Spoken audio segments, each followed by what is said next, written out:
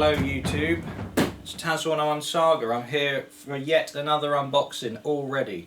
It's barely been a month I think since I unboxed the Mini-Me. But sod it. This is a little different because this time I can actually blame somebody. Two people in fact. English Kiwi and Tom Hibbard from Anvil Airsoft TV. You two, this is your fault. Deal with it. Another shout out. Just to my man Luke, who I know is watching. Cheers for the lift, mate. Appreciate it. Pain in the arse, sometimes you've got to drive God knows where to get these things because customs likes your money. So this came from Swit Airsoft. I would have just bought this myself and like stock and upgraded it, but it's out of stock practically everywhere. And for what you're paying a little bit extra, you get some pretty solid upgrades. Now I did expect there was actually a gun box, like kind of underneath this cardboard, but there in fact isn't. So I've effectively unboxed it already because customs have absolutely slaughtered it with tape. So I believe if I lift this up, it will reveal itself. I haven't of course seen it yet, or I haven't seen one in person either. So I've heard for what you're paying, it does look pretty good out of the box. I alter the externals on everything, which I'll be doing with this, and I'm not going to waste any time. Once I've checked if it actually works, I'm going to get straight to it. Now, as usual, there's always a little bit of tape you miss, and that happens. That's alright. Get off. And voila. Ah, it's always the wrong way round, isn't it? But such is life.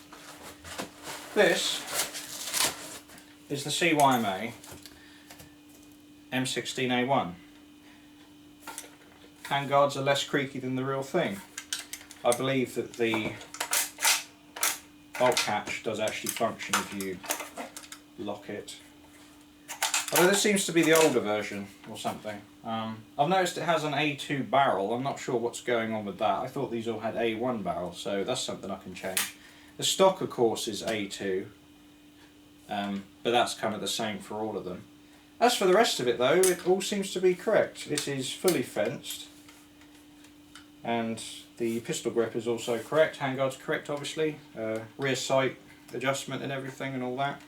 So this is definitely something I can work on. As again, I'm not quite sure what's going on with the barrel there. I'm not sure. Can you see that? I don't know why it has an A2 profile. I'm pretty sure that's an A2 profile. It looks a bit thick. Yeah, so yeah, that's annoying. The rest of it, other than the stock as I mentioned, is Gucci and good to go. The fact that they've got the receiver kind of the appropriate colour as well, it's not really like proper black. If you look at the like the JG ones and the horrific AGM, which would you believe it, has a removable carry handle, they kind of like they're just super black, which is not what real guns look like. So they've kind of done half my job for me by making this grey. I was going to spray it with an automotive primer if I'd got a different brand, but I thought this one's kind of, it's got the least stuff wrong with it. So there we are. Let's whack an old 20 round in it, shall we? There we go. This is actually the King Arms, I think it's King Arms, little pack of 5 that you get. These are actually plastic. I've just done the metal to they're not actually finished them yet because I need to put the grey in the whatever you call that, the dents in there, because obviously it wouldn't wear there in reality. So I've almost finished converting these to like a proper metal look. Also got the longer ones. I've got a ton of mags for AR mags actually, because I've got the Mini-Me as well. Right, before I move the camera, I've got another little last shout out. This one's to my dear friend Cecil. I'll call you Cecil because you like to be called Cecil, and why of course is an internet secret, so we'll leave it at that. This, mate, is your Beretta ARX 160. Now, I'm not sure what you were thinking, and I know you want an M16A1 as well, but it seems kind of bizarre. You can like whatever you want, mate, honestly. It seems kind of bizarre that you think both of these are attractive in their own way. See, this to me is pretty damn ugly, because I don't like plastic guns. I do like the controls, and I love the quick release barrel and everything, but yeah, the whole shape of it, it's not for me, pal.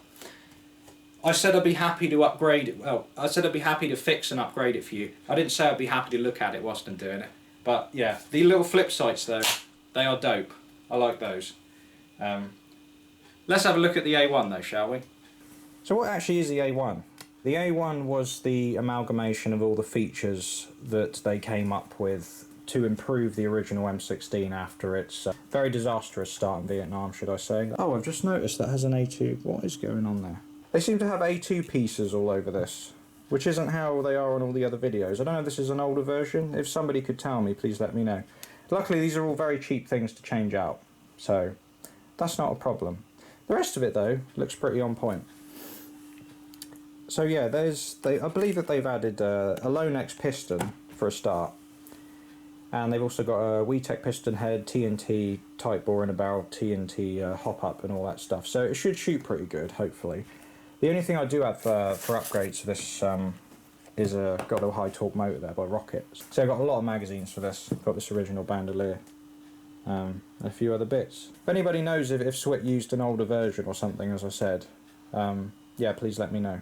Pretty nice looking, does have a nice feel to it. The actual finish on the receiver is actually very nice. I'm surprised by that.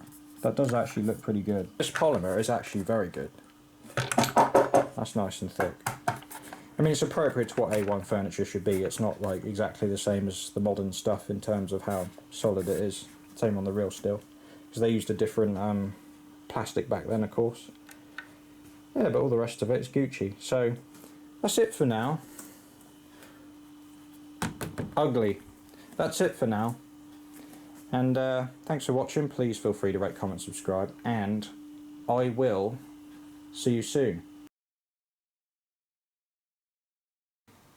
Right, so I've been doing a few hours of my usual, changing all the externals, refinishing everything to make it look original and used. And this one has come out super. Once I've changed all the incorrect parts to A1, it's going to be the icing on the cake. So, this is where we are at now with my usual strategic weather spots. I really think this completes a gun. When you do all the, you sort of refinish it, the edges where it would actually wear. I haven't touched the pistol grip yet, but I've done the stock. And the handguards actually came out best of all. If anyone's ever seen original A1 handguards at a Vietnam issue, I managed to get them pretty close. Flash hider. It's all about knowing where to put wear on things. That's how you get it to come out good. And I promise those are not original handguards. They're exactly the same handguards. I'm not lying. That one's come out really nice.